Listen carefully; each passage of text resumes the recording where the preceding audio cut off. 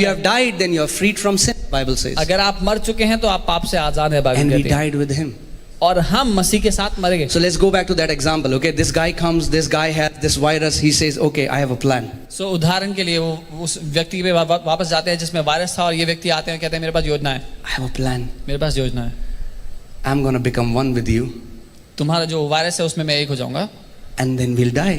और फिर मर जाएंगे, But you trust me, लेकिन मुझ पर भरोसा करना, because I will be resurrected. क्योंकि मैं मौत को हरा के जी उठूंगा। And when I overcome sin, because the Bible says, we don't have much time, but Bible says when sin entered, death entered through it. और बाइबल कहती है जब पाप ने प्रवेश किया, मृत्यु ने प्रवेश किया। So not only we needed the deliverance of sin, we also needed deliverance from death. सो केवल हमें पाप से ही छुटकारा नहीं चाहिए था, मृत्यु से भी छुटकारा चाहिए So था। Jesus Christ on the cross not only delivered us from sin, he also overcame death.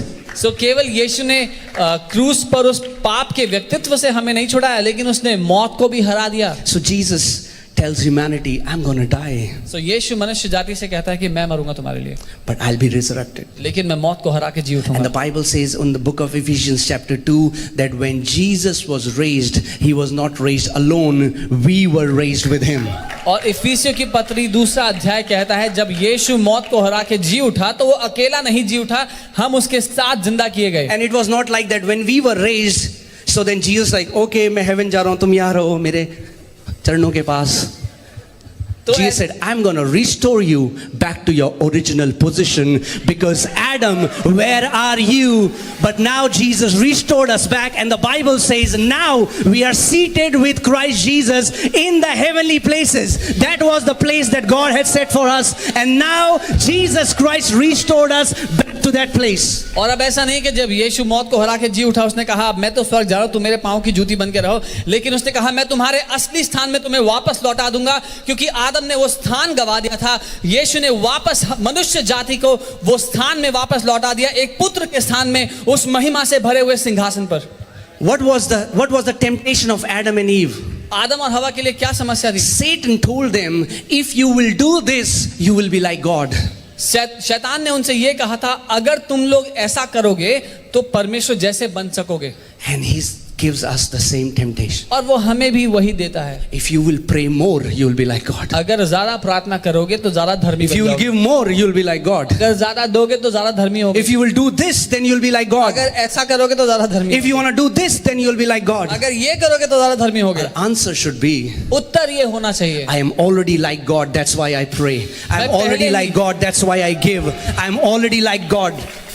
मैं पहले से ही परमेश्वर की तरह हूँ इसीलिए मैं प्रार्थना करता हूँ, मैं पहले ही परमेश्वर के जैसा हूँ इसलिए मैं देता हूँ।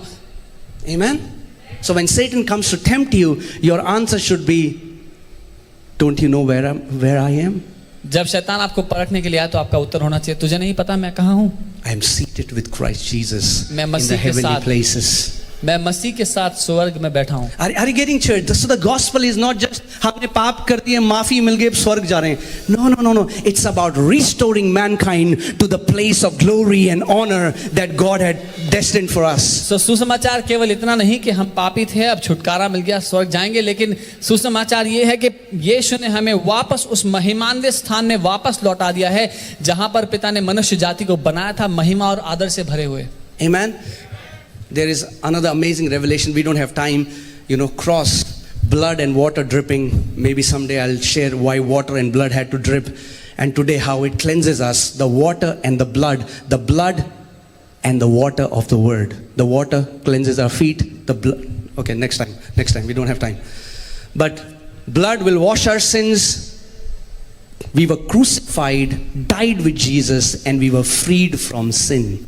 और उस लहू ने हमारे पापों को क्षमा कर दिया और क्रूस पर वो पाप के व्यक्तित्व से हम आजाद कर दिए गए। Now I have a new nature. अब मेरे अंदर एक नया वजूद, एक नया व्यक्तित्व। The question comes, then why do I still do things that I do? Because we don't trust God. तो सवाल ये उठता है कि फिर मैं वो सब क्यों करता हूँ जो मैं नहीं करना चाहता? Because still we trust the voice of the enemy that tells us that you are not worthy. क्योंकि अभी भी हम परमेश्वर की आवाज पे भरोसा नहीं करते, अभी भी हम दुश्मन की आवाज सुनते हैं और जो कहता है कि तू योग्य नहीं, तू लायक नहीं। When God tells to his church you are holy, and if the church can trust I am holy, and if you can just meditate I am holy, sin will lose all the power. जब परमेश्वर अपनी कलीसिया से कहता है कि तू पवित्र है, और परमेश्वर के लोग अगर इस बात को समझ ले, जो परमेश्वर कहता है उस पर भरोसा कर ले, इस बात पर अपने मन को ठहराए कि मैं पवित्र हूं, तो उनके जीवन से पाप अपनी सारी सामर्थ्य खो देगा. We have made holiness the fruit and good works the root. हमने पवित्रता को फल बना दिया है और अच्छे कामों को उसकी जड़ बना दिया है. If I don't watch this, if I don't eat this, if I don't drink this, if I live good enough for 6 months, then I will believe I am अगर holy. मैं ये नहीं देखूंगा, ये नहीं खाऊंगा, ऐसा नहीं करूंगा, 6 महीने तक ऐसे ही जीऊंगा, तब जाके मैं थोड़ा सा पवित्र होऊंगा. But when you believe I am holy, not because of what I have done, but I am holy because of what Jesus has done, and if you will trust Him, and you will believe. जो मैं करता हूं लेकिन इसलिए क्योंकि जो यीशु ने कर दिया उसके कारण मैं पवित्र हो चुका हूं, अपने आप वो भले काम आपके जीवन से नजर आएंगे. Come on, church, can we all stand up? आइए हम सब खड़े हो जाएं. And today, guys, today I just want you to just close your eyes. And it's not about what you have done, it's about do you trust the Father? और मैं चाहता हूं अपनी आंखें आप बंद करें. और ये आज मुद्दा ये नहीं कि आपने कितना कुछ किया है, लेकिन मुद्दा ये है आप कितना भरोसा करते हैं पिता पे. Come on, just close your eyes and just tell Him, Father, I trust you. अपनी आंखें बंद करें, उससे कहे पिता मैं तुझ पे भरोसा करता हूँ. I trust you, Papa. पिता मैं तुझ पे भरोसा करता हूँ. I trust you with my life. पिता मैं तुझ पे भरोसा करता हूँ अपने जीवन के साथ. I trust you with my eternity. अपने अनंत के साथ मैं तुझ पे भरोसा करता हूँ. I trust you for my family. अपने परिवार के लिए मैं तुझ पे भरोसा करता हूँ. You are my provider. तू मेरा चरवाहा है. You are my protector. तू मेरा सुरक्षा करने You वाला है. are my portion. तू मेरा हिस्सा है. You are my strength. तू मेरा बल है. You are my all in all. तू मेरा सब कुछ है. Come on, you speak to Him in your own words. आप उससे बात करें अपने खुद के शब्दों में. Just trust Him.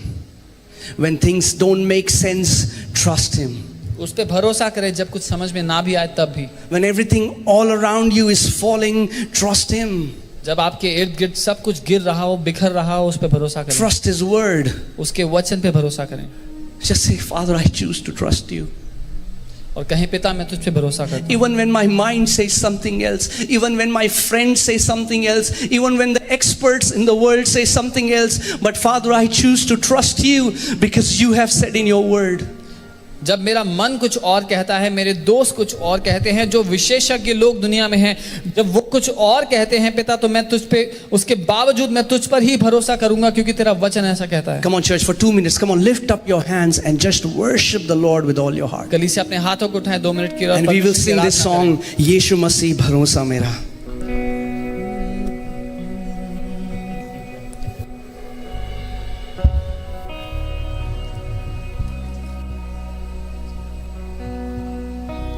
Come on, just trust Him. भरोसा मेरा.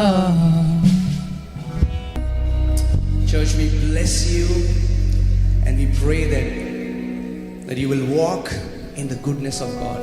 कलीसिया हम आपको आशीष देते हैं और ये कहते हैं कि आप परमेश्वर की भलाई में चलें और फिरें अपने जीवन The में. Lord bless you and keep you. परमेश्वर आपको आशीष दे और संभाले. The Lord make His face shine upon you. अपने मुख का प्रकाश वो आप पर चमकाए. The Lord be gracious to you and to your family. और आप पर अनुग्रह करे, आपके परिवार पर भी. God bless you, church. प्रभु आपको आशीष दे. We'll meet next Sunday. हम आपसे अगले रविवार मिलेंगे. Okay. Tell the people, if there are people you think want to come for Hindi service next Sunday 9 a.m. जिन लोगों को आप जानते हैं जो केवल हिंदी सभा में आना चाहते हैं, उनसे कहें अगले रविवार 9 बजे के लिए. And the registrations will open at 7 p.m. और अगले हफ्ते की तीनों सभाओं के लिए रजिस्ट्रेशन आज शाम को 7 बजे खुलेगा. God bless you, church. प्रभु आपको आशीष दे. Hallelujah, church. Come on, go to your neighbor and just high five. अपने पड़ोसी को हाई फाइव दे दें. Say hallelujah. Amen. Amen. Amen. Amen. I'm so excited to see all of you. मैं बहुत उत्साहित हूँ आप सबको देख करके. Yeah. It's been a while. बहुत देर हो गई. Amen. And I believe that 2020 is not over yet. So I believe that God has kept the best wine for his people in the end of this age.